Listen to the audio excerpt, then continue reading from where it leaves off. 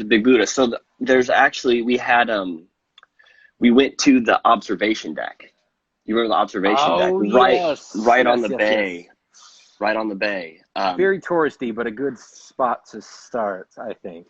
Yeah, yeah, it was a good spot to start because it gave us kind of like a proper view of Yeah, Hong Kong yeah, as an island, yeah. and how crazy packed it was because it wasn't sprawling necessarily. It was just like built up into the sky. Right, Tons and of it showcased the bay that it was, like the shipping hub of China yep, that it is. yep, China. China. Yeah, that's. I remember specifically being just blown away because there was so much smog everywhere as well. I don't know if you remember that, Oh yeah, big time. but tons of pollution everywhere. I think we had lunch up there actually because there was a nice little restaurant up there. From there, we hit the Buddha. So Okay. on our way, we hopped some transit. We took what was it? We took one of the subway systems all the way to the end of it, past Disney World. I thought we were going to go to Disney World or Disneyland in Hong Kong. Do you That would have remember been that? fun. That Yeah, would I have been thought fun. that's what we were doing. No. Yeah, that's not what happened, unfortunately. You got I'm my actually hopes kind of up. sad. I'm kind of sad we didn't do that because that would have been a trip to see what the Chinese think of Disney World. Oh man, I would have. Yeah, next time we'll go back. Yeah, I don't know if there will be a next time. Hey, Nah, next probably time we not. go to China, let's go to that little small town. It's quaint called Wuhan. You're gonna love it. I've heard of it. Yeah, they got a great bat testing facility there. You're gonna love it. All right, well, I'm in for that. Right, we went Um, to the Buddha. yeah, That by that I mean we took a ski lift, right? A yeah, chairlift yep. up into the hills of um, Hong Kong, whatever that rural Hong province Kong. was. The thing about Hong Kong that surprised me as well is if you go south or southeast on like the island, it's super rural. It's It, trails and hiking, and it's connected right to the city. We'll get yeah, into that a bit later, but you had to take a chairlift up to get this huge Buddhist statue, which I hear they don't like that too much anymore. There's a big religious thing going on about not enjoying the Buddhism community so much anymore. really.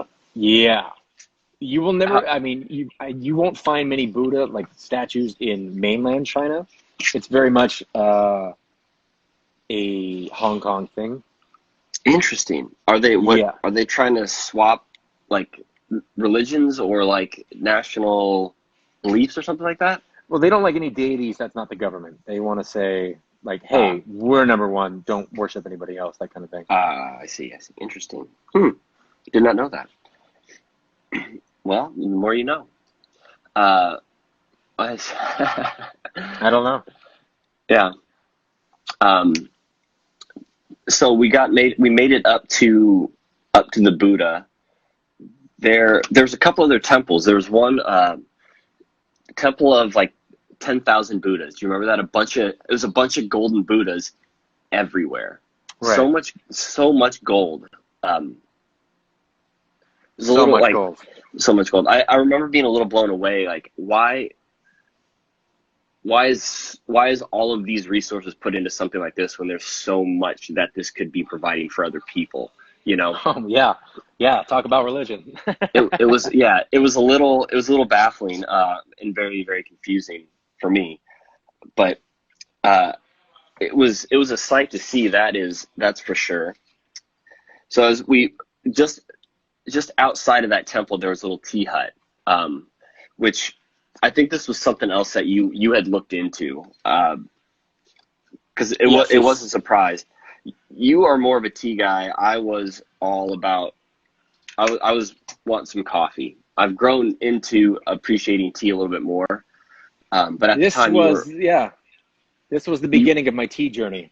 yes, yeah, We had some ceremonial Japanese tea in a just an adorable little tea house. I mean, we looked like we were on our honeymoon, pretty much. it was very cute. It was very cute. It was very cute. And the, that's when like the Japanese, or sorry, not Japanese, the Chinese culture was like started to set in. Like they were so proper, and at least at this tea house, like the way they presented it was very formal and precise. Yep. Like it meant a lot to them, and then so you started to get a sense of their culture by the way they, just being in that place. And I hope we didn't make an ass out of ourselves, which we No, probably did. we probably did, but I don't think it was intentional. Like I feel like It's never intentional. it's It never just intentional, is. but that's just kind of what happens. I do feel like we are, for the most part, very respectful of the place that we go, Yeah, 100%. As much as we wherever can they be. are, as much as exactly with the knowledge that we have, and I do like to pride. I think we pride ourselves in going, like entering a place as informed as we possibly can be about certain customs and things like that, and what typically is accepted and what isn't. Right. Because you've said this multiple times, and something I definitely believe is that we are ambassadors of our country, and we don't want to be putting off these crazy negative vibes or horrible stereotypes of Americans, which I feel like a lot of the world has about us as travelers. So trying to get out of Yeah, that mindset. I don't know if that's true. I know it's easy to fall into that trap of thinking, but the more I travel, like all the Americans that travel are, I'm gonna say all, but a lot are very respectful. Yeah, And like douchebags don't travel; they stay at home and do douchebag things, right? that's People that yeah, that's people that travel are open-minded, willing to meet people, and just I don't know. It doesn't make sense to be closed-minded and travel. It's almost a paradox, I can right? see that. Yeah, that makes sense. So I don't think I don't agree with the view of the most of the world hates or dislikes American travelers. I understand that they see our people in charge and have a problem with that. That's fine, but I think it'd be naive to say they don't like. I feel like most of the times when I go around the world, people are stoked to see us. They're like, "Oh, yeah, you're American? That's awesome. Fuck your leader, but welcome." And I'm like, yeah, "Yeah, totally. I'm with you. What's up? Show me the yeah. way." I guess that's true. I guess that is true, and maybe that's something that I just project, because I But don't you're want right. to be that We person, you know. yes, you can quote me. Uh, Yeah, we are diplomats. Everyone, wherever you come from, people. I mean, it's one of the first questions you get when you travel. Where are you from? You say, "I'm from San Diego. I'm from Chicago. I'm from America." People go, "Okay, whatever happens from here on out, I'm going to contribute what you do to where you're from." So you don't want to I never want to make San Diego look bad. You're representing your town, your people. right. So represent them well. Well said. Yeah, that's a good point, and that's something that I like. I specify where I'm. I don't say I'm from the States or whatever. Like I usually say I'm from Chicago. That's where I Right. start. I You have know a what I mean? formula. I have a formula on that. Okay. The further out you go from your actual home, the more vague you get. So if we're in China, you could say, "Oh, we're from America," right? Yeah. If you're in America and somebody asks you, say you're in New York, I would say, "Oh, I'm from San Diego." Oh, really? If I'm in San Diego and somebody asks me where I live, I'll say I live downtown. If I'm Sure. downtown, I'll say I live on Market Street. So the further away you get, the more vague you become. Interesting.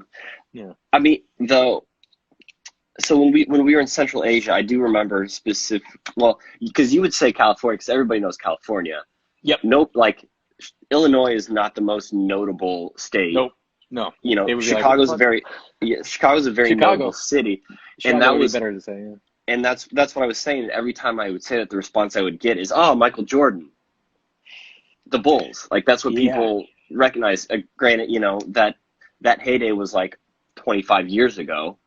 But 30, I 20, mean, that's 20 just a 25 years ago. testament. That's a testament to how big he was. And Yeah, with that new documentary coming out, which I would highly recommend, yeah, yeah, yeah, yeah. you kind of get to remember how big Michael Jordan was and how much he did as an ambassador for the States as well with the Dream Team and all of that. Yeah, Yeah. people Oh, loved yeah. him. So Chicago is forever tied to Michael Jordan. yeah, yep. There's no way around that, and I'm very okay with that. Um, so getting back to where we were at in China, where we were China. China.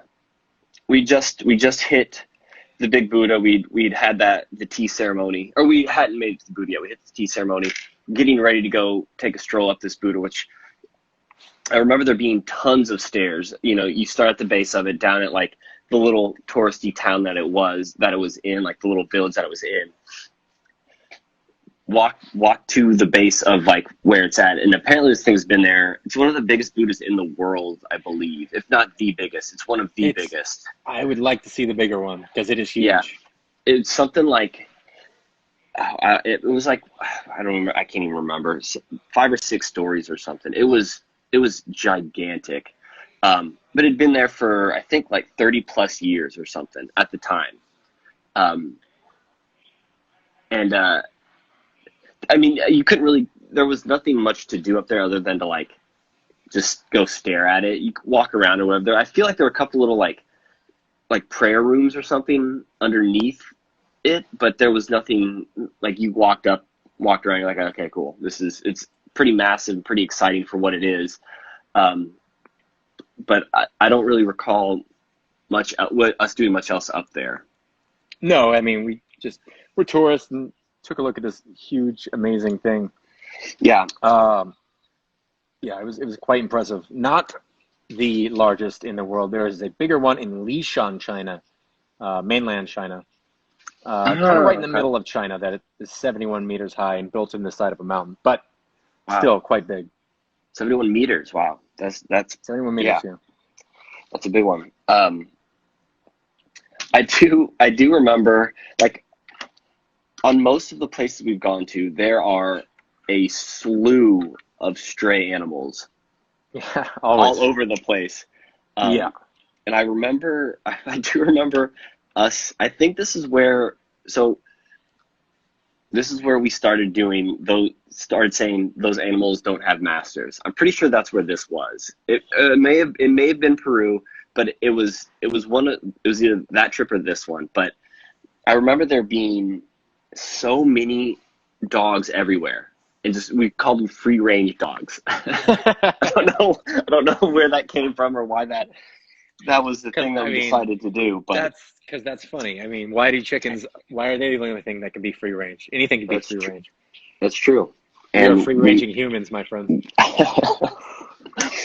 We decided to deem these dogs free range. Free range dogs. I think they deserved it. I think you've really got to give it up to the United States on this one. Not a lot of countries. I mean, China's first world. They don't have pounds at all. They don't care. Yeah. There's no pounds at all. If you're a dog and you don't have a master, you're free range. Go ahead, live your life. It's weird. I don't know. Is that inhumane? I mean, a little bit. I don't know. You think so? I think it's fascinating though. The few number of countries, the small percentage of countries that actually have kennels or pounds or anything that is trying to control the wildlife population. Because I would wager a bet that the vast majority, do not have anything in place to take care of any kind of free range cats or dogs and anything like that. I guess that makes sense. I don't know why they don't care, but they don't. Yeah. The U.S. does a good job. The best we